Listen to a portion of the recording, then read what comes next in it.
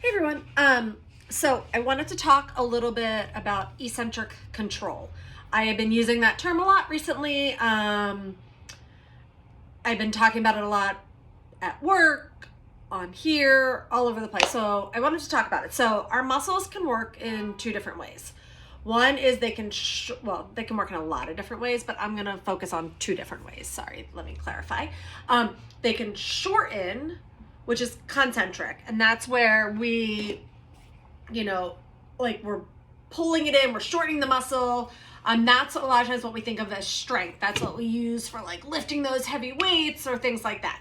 They can also lengthen, and they lengthen slowly. So like if you were holding something heavy and you're slowly lowering it down to set on the table because you don't want it to spill, that is your muscle slowly getting longer, and that is eccentric control. So when do we use this? We use eccentric control when we go to sit down in a chair. We use it when we lower down to go down the stairs. Those are just the two that come up the top of my head.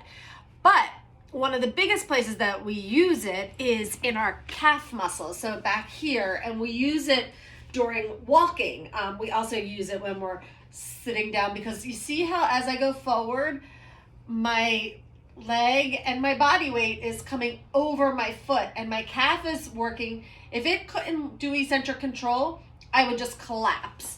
Or what tends to happen a lot is I would pop back into extension to give myself control, so I wouldn't let my leg go across my foot. Or I would pop up on my toes, and I've talked about this before in toe walking. So if you have a kid that's like locking out, that means they're also not using a lot of eccentric control in their quads either. So things like walking, so when we take a step and I get back to terminal stance, so when my foot is in the back before it comes up, my leg is over top of my foot, and I'm not locked out. I have a little bit of a knee bend. So that's the combination working together.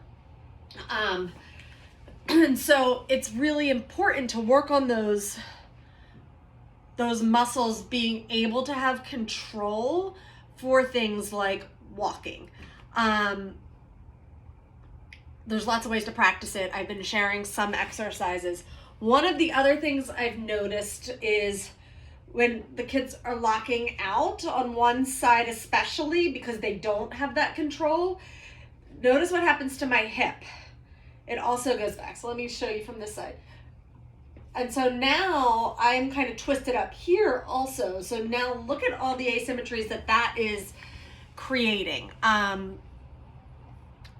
So we just have to remember that having strength, the way we think of it, the ability to lift things or the ability to stand up, that's all concentric strength, is important, but it's not the only thing. Having control really helps us to be able to do skills like walking, going downstairs, sitting, squatting.